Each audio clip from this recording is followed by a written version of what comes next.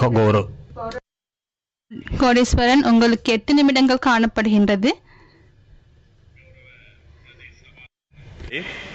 இன்றைய குறைநிரப்பு சம்பந்தமாக 5 மில்லியன் நிதியை ஒதுக்கீடு செய்கின்ற நடவடிக்கை சம்பந்தமாக இந்த கூட்டத்திலே, இந்த ஏரிய சபையிலே தீர்மானம் எடுக்கப்படுவதற்கான ஒரு கலந்துரையாடல் மேற்கொள்ளப்பட்டிருக்கின்றது.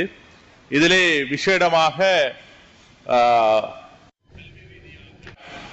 அந்த கல்வி ரீதியான விடயங்களை காண அந்த முன்னெடுப்பை மேற்கொள்கின்ற பொழுது கூடுதலாக அதிகஷ்ட பிரதேசங்களில் உள்ள பாடசாலைகளுக்கான நிதி ஒதுக்கீடு என்பது கட்டாயமாக செய்யப்பட வேண்டியது ஒன்றாக இருக்கின்றது. அந்த பாடசாலைகளுக்கான நிதி ஒதுக்கீடு பாரபட்சமின்றி ஒதுக்கப்பட வேண்டிய கடமைப்பாடு இருக்கின்றது. ஏனென்றால் கடந்த காலங்களிலே இந்த அதிகஷ்டமான பிரதேசங்கள் உள்ள பாடசாலைகளுக்கு ஒதுக்கப்பட்ட நிதியானது மிக குறைவாக காணப்பட்டதாக இருந்தது. அதே போல் தற்பொழுது கூட இந்த அனர்த்தத்தினாலே பல பாடசாலைகள், அம்பாறை மாவட்டத்தில் உள்ள அதிகஷ்டத்தில் பிரதேசத்தில் உள்ள பாடசாலைகள் மிகவும் பாதிப்புக்கு உள்ளாகிய ஒரு சூழ்நிலை காணப்பட்டிருக்கின்றது. அந்த பாடசாலைகளுக்கு செல்வதற்கான வீதிகள் கூட உடைந்த நிலையிலே செல்கின்றது. அதனால் மாணவர்கள் அந்த பாடசாலைகளுக்கு செல்வதிலே மிக சிரமம் ஏற்படுகின்ற ஒரு துர்ப்பாக்கிய நிலை ஏற்பட்டிருக்கின்றது. அது மட்டுமல்ல, அந்த பாடசாலைகளுக்கு செல்வதற்கான போக்குவரத்து வசதிகள் கூட இல்லாத ஒரு நிலை காணப்பட்டிருக்கின்றது.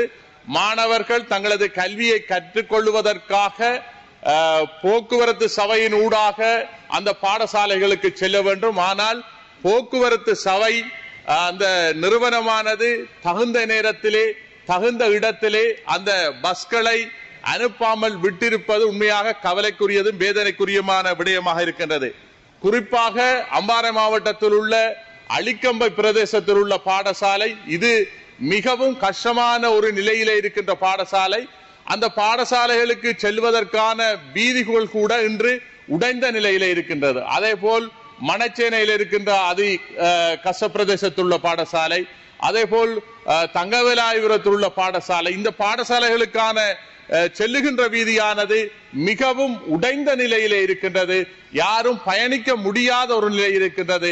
இந்த பாதைகளை சீர் செய்து அதற்கான போக்குவரத்து வசதிகளை ஏற்படுத்தி அந்த பாடசாலைகளுக்கான அனைத்து உபகரண வசதிகளையும் அந்த திருத்த வேலைகளையும் செய்து அந்த மாணவர்களின் அந்த கல்வியிலே நீங்கள் உறுதுணையாக நின்று செயற்பட வேண்டும் என்று இந்த இடத்திலே குறிப்பாக கூட விரும்புகின்றேன்.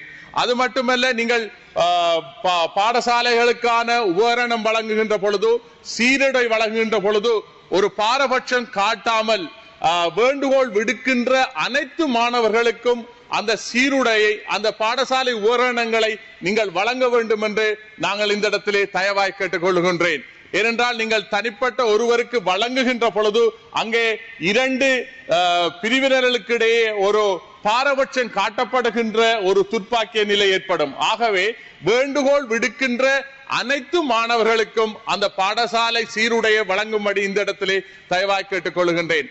அது மட்டுமல்ல, கல்முனை வடக்கு பிரதேச செயலகத்திலே அந்த வடக்கு பிரதேச செயலகத்துக்கான பிரதேச அபிவிருத்தி குழு தலைவர் இவ்வளவு காலமாக கிட்டத்தட்ட 25 வருட காலமாக அந்த அபிவிருத்தி குழு நியமிக்கப்பட்டிருந்தது. டிசிசி சேர்மன் நியமிக்கப்பட்டிருந்தார். ஆனால் இன்று இந்த ஆட்சி வந்த பின்பு அதற்கான அந்த அபிவிருத்தி குழு தலைவர் நியமிக்கப்படவில்லை. அம்பாறை மாவட்டத்திலே இருக்கின்ற 20 பிரதேச செயலகங்கள் இருக்கின்றன. அதிலே கல்முனை வடக்கு பிரதேச செயலகம் ஒன்றாக இருக்கின்றது. ஆனால் இற்றவரையிலே கடந்த காலங்களிலே தொடர்ச்சியாக அபிவிருத்தி குழு அங்கே இயங்கி வந்தது. அதற்கான தலைவர் நியமிக்கப்பட்டிருந்தார். ஆனால் இன்று ஏதோ ஒரு மாயமாக மறந்ததாக பார்க்கப்படுகின்றது. அந்த மக்களுக்கு அநீதி இழைக்கப்பட்டதாகத்தான் நான் பார்க்கின்றேன். அங்கே கிட்டத்தட்ட 47,000க்கு மேற்பட்ட மக்கள் காணப்படுகின்றார்கள். அந்த மக்களுக்கு அந்த ஒரு பாரபட்சம் காட்டப்பட்டதாகத்தான் நான் இதனை பார்க்கின்றேன்.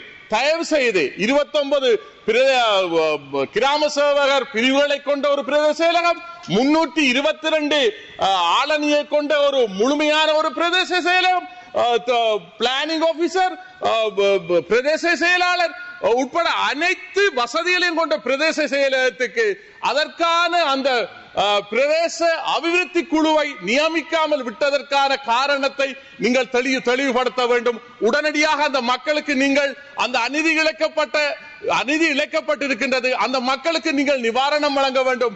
அது மட்டுமல்ல, குறிப்பாக ஏனென்றால் நீங்கள் இந்த விடயங்கள் என்னென்றால் உங்களுக்கு கூடுதலாக அந்த மக்கள் தேசிய மக்கள் சக்திக்கு கூடுதலான வாக்குகளை அந்த தமிழ் மக்கள் அளித்திருந்தார்கள் அம்பாறை மாவட்டத்திலே.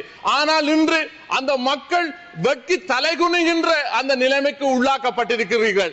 தயவு செய்து அதனை நீங்கள் கருத்தில் கொண்டு அதற்கான நிவாரணத்தை நீங்கள் வழங்க வேண்டும் என்று இந்த உயரிய சபை ஊடாக கேட்டுக்கொள்கின்றேன். அது மட்டுமல்ல, குறிப்பாக அண்மையிலும் கூட நான் நினைக்கின்றேன் 2 வாரங்களுக்கு முன் எங்களது மதிப்புக்குரிய கௌரவத்துக்குரிய ஜனாதிபதிகளுடன் கூட நாங்கள் அந்த திருக்கோவில் ஆதார வைத்தியசாலை விடயமாக கதைத்திருந்தேன். அதே போல் சுகாதார அமைச்சருடன் நான் இந்த விடயம் சம்பந்தமாக கதைத்திருக்கின்றேன். ஆதார வைத்தியசாலையாக கிட்டத்தட்ட 100 வருடத்துக்கு மேல் பழமையான ஒரு ஆதார வைத்தியசாலை. இந்த வைத்தியசாலைக்கு இருக்க வேண்டிய ஆளணி என்பது இல்லாமல் இருக்கின்றது. அது மட்டுமல்ல, கிட்டத்தட்ட 26 வைத்தியர்களை கொண்டிருக்க வேண்டிய அந்த வைத்தியசாலைக்கு தற்பொழுது 8 வைத்தியர்களாக இருக்கின்றார்கள். 5க்கு மேற்பட்ட வைத்திய நிபுணர்களை கொண்டிருக்க வேண்டிய அந்த வைத்தியசாலைக்கு இன்று ஒரு வைத்திய நிபுணரும் கூட இல்லாத ஒரு துர்ப்பாக்கிய நிலை காணப்பட்டிருக்கின்றது. அங்கே கோடிக்கணக்கான பெறுமதியிலான ஆபரேஷன் தியேட்டருக்குரிய அந்த வைத்திய உபகரணங்கள் இருக்கின்றன, அதுக்குரிய ஏனைய விடயங்கள் இருக்கின்றன. ஆனால் அங்கே கட்டிடங்கள் இல்லாத ஒரு துர்ப்பாக்கிய நிலைக்கு தள்ளப்பட்டிருக்கின்றது. அதாவது கோடிக்கணக்கான வைத்திய உபகரணங்கள் அந்த வைத்தியசாலையிலே முடக்கப்பட்ட நிலை இருக்கின்றது. அந்த வைத்தியசாலைக்கான அந்த கோடீஸ்வரன், உங்களுக்கு இன்னும் 1 நிமிடம் உள்ளது. இயங்க வைப்பதற்கான நடவடிக்கையை சுகாதார அமைச்சர்களின் முன்னிருக்கின்றார்கள். தயவு செய்து நடவடிக்கை எடுக்க வேண்டும். நீங்கள் அந்த இடத்தை கட்டாயமாக நீங்கள் பார்க்க வேண்டும். உங்களது அதிகாரிகளை கட்டாயமாக நீங்கள் அந்த இடத்துக்கு நீங்கள் வர வைத்து அதனை உடனடியாக அதனை பார்த்து அதற்கான தீர்வை வழங்க வேண்டும். அது மட்டுமல்ல, அங்கே அநேகமான விடயங்கள் அந்த வைத்தியசாலையில் இல்லாத ஒரு நிலை காணப்படுகின்றது. குறிப்பாக அந்த வைத்தியசாலையிலே வைத்தியசாலையில் இருக்க வேண்டிய பிபி, மற்றது பீடியாட்ரிஷியன், அதே போல பிஓஜி, சர்ஜன், அனஸ்தெசிஸ்டிக், இப்படியான விடயங்கள் அந்த இடத்திலே அந்த கன்சல்டன்ட் இருக்க வேண்டும். ஆனால் அந்த இடத்திலே கன்சல்டன்ட் ஒருவர் கூட இல்லை. கூடுதலான உயிரிழப்பு அந்த பிரதேசத்தில் ஏற்பட்டிருக்கின்றன. கிட்டத்தட்ட 57,000க்கு மேற்பட்ட மக்கள் தொகை கொண்டது.